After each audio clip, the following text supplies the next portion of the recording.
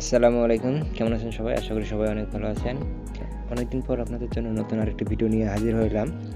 আসলে কিছুদিনের ব্যস্ততার কারণে আপনাদের জন্য কোনো ধরনের ভিডিও তৈরি করতে পারিনি, যার জন্য আমি আসলে খুবই দুঃখিত। আজকে ফেসবুকে টু ফ্যাক্টর অথেন্টিকেশন নিয়ে ডিসকাস করব এবং এটি কিভাবে কমপ্লিট করতে হয় সে বিষয়টি জানাবো। তো চলুন শুরু করা যাক আজকের ভিডিওটি।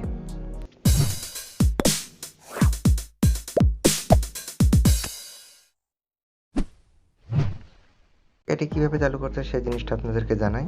তো চলুন ফেসবুকে চলে যাই। ফেসবুকে যাওয়ার পরে আমরা সেটিংসে যাব। নিচের দিকে আসলে সেটিংস পাবেন, সেটিংস অ্যান্ড প্রাইভেসি। দেন আমরা সেটিংসে যাব।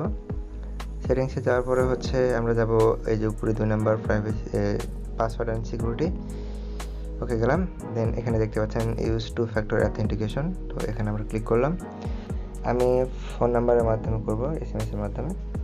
কারণ যখন আমি লগ ইন করতে চাইবো তখনই আমার ফোনে একটি SMS আসবে এবং আমাকে জানাবে যে আপনার ফেসবুক লগ ইন করতে যাচ্ছে এবং এটি হচ্ছে তার কোড।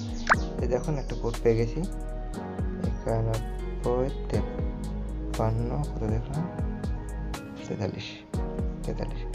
আচ্ছা, এই কোডটি আসতে আপনাদের হালকা একটু টাইম লাগতেই পারে, স্বাভাবিক। আসলে এখানে অধৈর্য হওয়ার কিছুই নেই।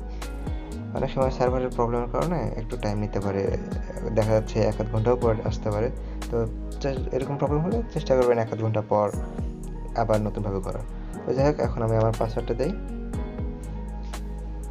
এবং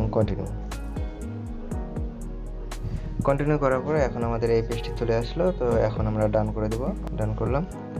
তো ডান করার পরে এই যে আমার দেখেন two factor authentication is on. অবশ্যই এই ফোন নাম্বারটা আপনারা মনে রাখবেন, কারণ ভবিষ্যতে কখনো অন্য ফোনে বা অন্য কোথাও লগ ইন করতে চাইবেন তখন এই ফোন নাম্বারেই কোড আসবে এবং সেখান থেকে আপনারা লগ ইন করতে পারবেন। আজকের ভিডিও এ পর্যন্ত। আশা করি ভিডিওটি আপনাদের ভালো লেগেছে। আবারও আপনাদের সামনে হাজির হব নতুন আরও একটি ভিডিও নিয়ে। তো এই পর্যন্ত আশা করি সবাই ভালো থাকবেন, সুস্থ থাকবেন। আল্লাহ হাফেজ।